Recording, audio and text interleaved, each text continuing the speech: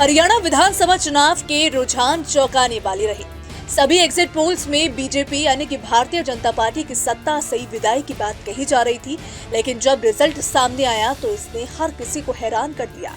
BJP ने शानदार जीत हरियाणा में हासिल की, लेकिन उसके लिए अंबाला कैंट का नतीजा चौंकाने वाला है। यहाँ से एक बार फिर उसके दिग्गज नेता अनिल विज चुनाव मैदान में उतरे, लेकिन वो सुबह से ही पीछे चल रहे थे। अब तक यहाँ 6 राउंड की गिनती हो चुकी है, लेकिन अनिल विज 545 वोटों से भी पीछे चल रहे हैं। उनसे चित्रा सरवारा आगे चल रही, जो निर्दलीय ही मैदान में उतरी।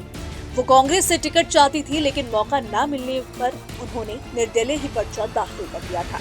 फिलहाल हर कोई चित्रा सरवारा के बारे में जानना चाहता है, जिनके आगे अनिल विज जैसे दिग्गज नेता पानी मांग रहे हैं। चित्रा सरवारा साल 2019 में भी निर्दलीय ही उतरी थी और दूसरे नंबर पर रही थी।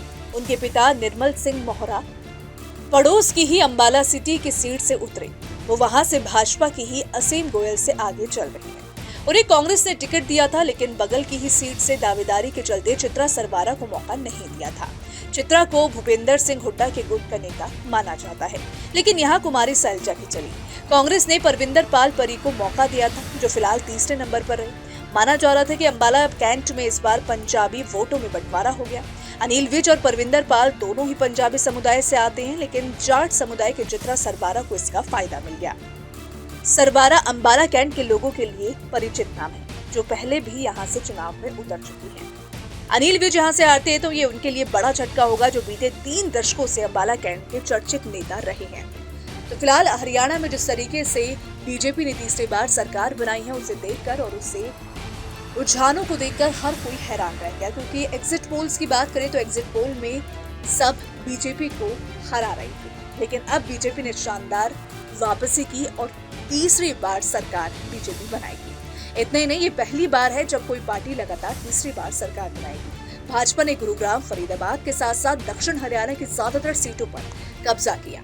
वहीं नू की बात करें तो नू में हालांकि कांग्रेस का बोलबाला रहा, कांग्रेस का कब्जा रहा। नू वही जिला है जहां पर पिछले साल यानी कि साल 2023 में जुलाई महीने में सांप्रदायिक हिंसा हुई थी। यहाँ पर तीनों सीटों में बीजेपी ने कब्जा किया। तो फिलहाल इसको लेकर आपकी क्या राय है, आप क्या सोचते हैं? आप अपनी राय कमेंट सेक्शन में जरूर बताइएगा। वीडियो पसंद आए तो वीडियो को लाइक और शेयर करना बिल्कुल भी मत भूलिएगा।